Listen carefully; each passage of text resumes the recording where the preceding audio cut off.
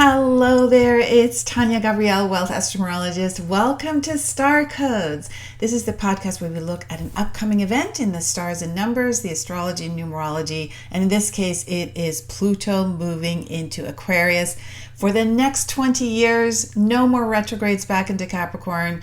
So if you're watching this before November 19th, 2024, we are still at the very, very end of Pluto's journey through Capricorn, and then on the 19th at actually 3:40 p.m. Eastern Time, which is 12:40 p.m.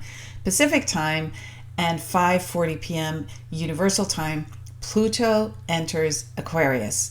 So let's go back to 2020. That's when Pluto was in a stellium with Saturn, Sun, and Mercury. And they were all in Capricorn on January 12th, 2020. It began our decade, and it really brought the Capricorn theme to a head with the ruler Saturn and Pluto, all about transformation, change, empowerment, anything to do with control.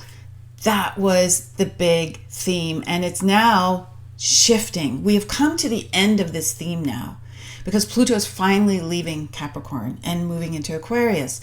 Now, there are two oppositions that are happening that are extraordinary right as Pluto moves into Aquarius on November 19th. The first is between Pluto and Mars.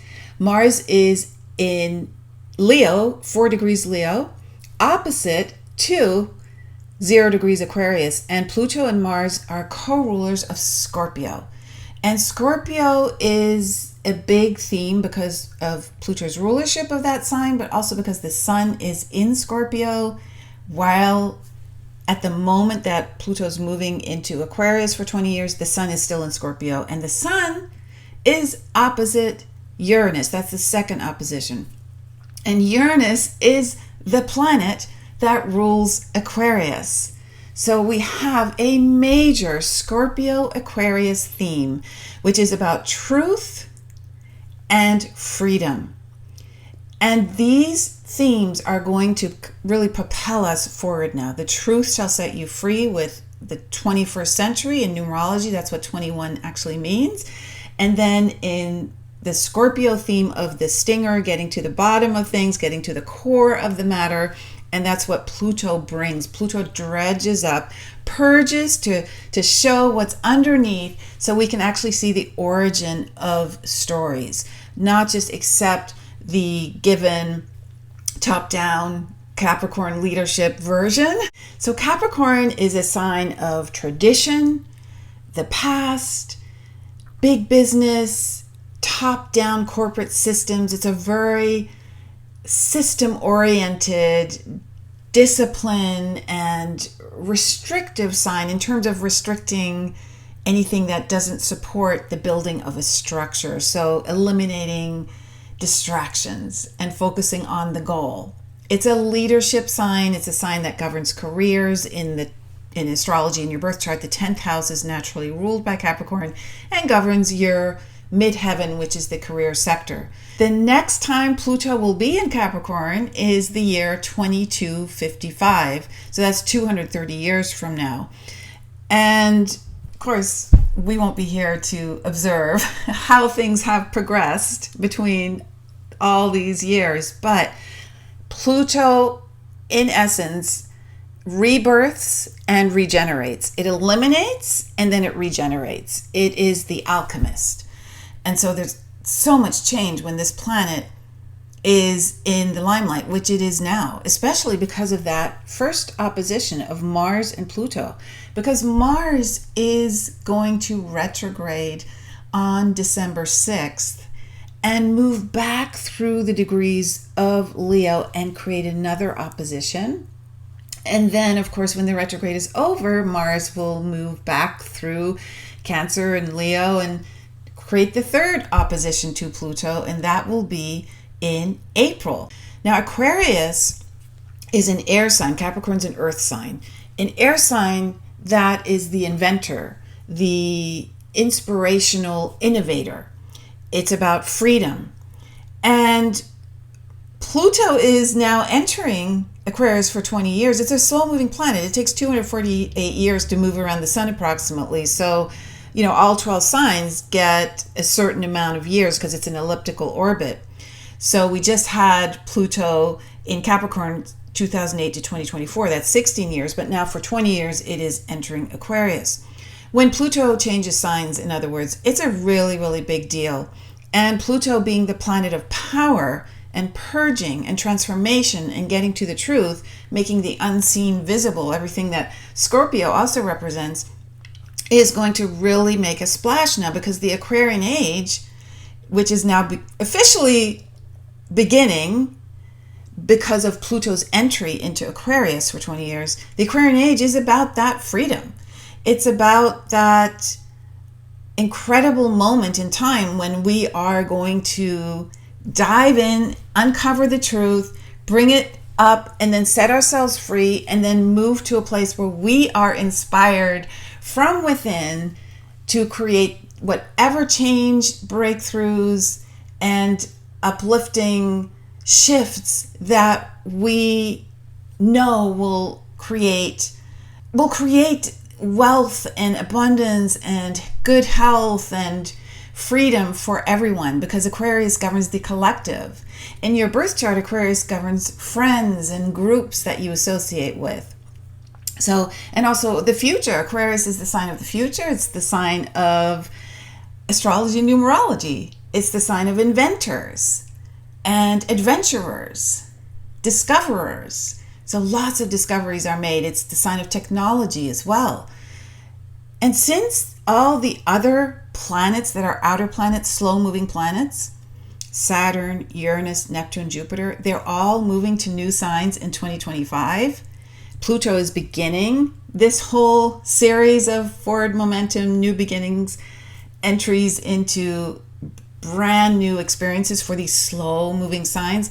It's a beginning of an era. That's really the theme, and it's undeniable, and it will feel really undeniable next year as those other 4 slow-moving planets also change signs. So Aquarius is the sign of visionary freedom and equality, where we are helping each other to succeed as a collective. And every time Pluto has moved through Aquarius back in history, there has been a change in the status quo. So what's considered real and what's considered established in terms of the leadership was undergoing a major shift. In fact, a radical shift. And Aquarius can be very radical. It is the sign of revolution as well. So the last time that Pluto moved into Aquarius was at the end of the 18th century. So from 1778 till 1798 for 20 years. And it's a time in history where many countries around the world were rising up and challenging the status quo, the ruling authority. And this included major political and social revolutions on every continent. Going another 248 years back from there, the previous Pluto through Aquarius journey, that was from 1532 through 1553, and that was 21 years, that began the Protestant Reformation, challenging the Catholic Church's authority. Remember how earlier we were talking about the stellium in 2020? That was in Capricorn. Well, Capricorn's the sign before Aquarius. That stellium in Capricorn with the Sun and Mercury and Pluto and Saturn last happened 500 years ago. And it happened right before Pluto moved into Aquarius. And that was when Martin Luther broke away from the Catholic Church. So Pluto moved into Aquarius after that moment, and that was the time of the major Protestant Reformation. So Pluto in Aquarius gives power to the collective. Aquarius is the collective, future, freedom. Pluto is empowerment, transformation, the truth, bringing up what has not been seen, making it visible in order to transform and feel empowered. So, and remember that Aquarius follows Capricorn, which is the sign of let's keep the status quo. So let's move to the last time Pluto was in Aquarius. And that was between 1778 and 1798. And that was when the power of the collective was expressed as we the people. This is the preamble of the U.S. Constitution, and we the people resonates in everyone's heart back then, during that time. And it was literally written in 1787, during that time when Pluto was in Aquarius the last time. So we have first the birth of the U.S. in 1776 when Pluto was in Capricorn. And remember, we are completing the Pluto return now because we had Pluto in Capricorn in the U.S. for our birth chart. And that first return of Pluto is now completing. So now we're moving to the freedom part, the revolutionary and freedom part. And so the ripple effect of Pluto moving out of Capricorn into Aquarius has an even deeper meaning for the US, which has Pluto at the end of Capricorn and just experienced that first return, the first birthday really of Pluto after 248 years.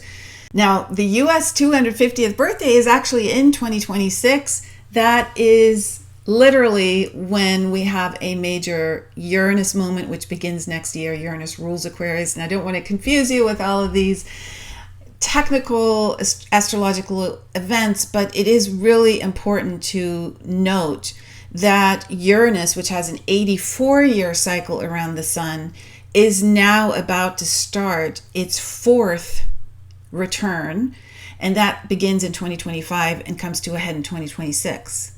And Uranus rules Aquarius. So this return of all the ones we've had is going to be really the big one. Now let me take you back to the last three.